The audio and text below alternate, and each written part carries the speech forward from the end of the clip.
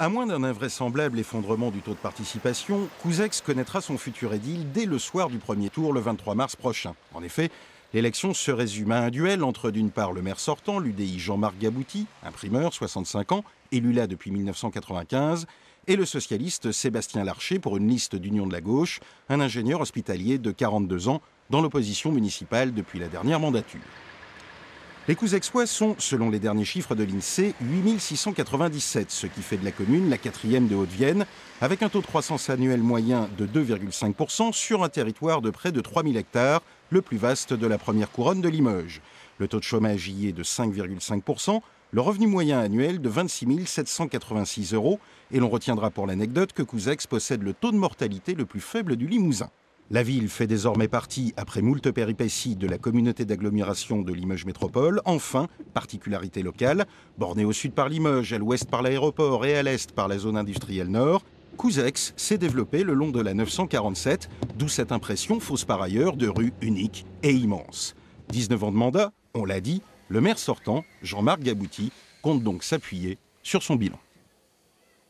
On a continué à équiper la commune. On a réalisé entre 2008 et donc aujourd'hui 2014 25 millions d'euros d'investissement, avec des investissements très diversifiés dans le domaine de l'eau. Ensuite, nous avons travaillé sur l'extension d'un certain nombre d'installations avec une salle de gymnastique, donc des éléments complémentaires. On a fait une extension de l'école maternelle. On a commencé à rénover des quartiers anciens. Et d'autres, comme de nombreux achats fonciers, notamment pour un euro symbolique, les 40 hectares de l'ancien terrain militaire du Mas-Delage.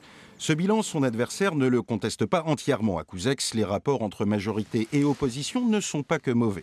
Mais trop d'investissements et surtout une dette conséquente de 15 millions d'euros, voilà ce que pointe Sébastien Larcher. C'est une réelle difficulté pour la collectivité aujourd'hui, puisque nous sommes 80% plus endettés que les communes, je dirais, situées dans la première périphérie autour de Couzex.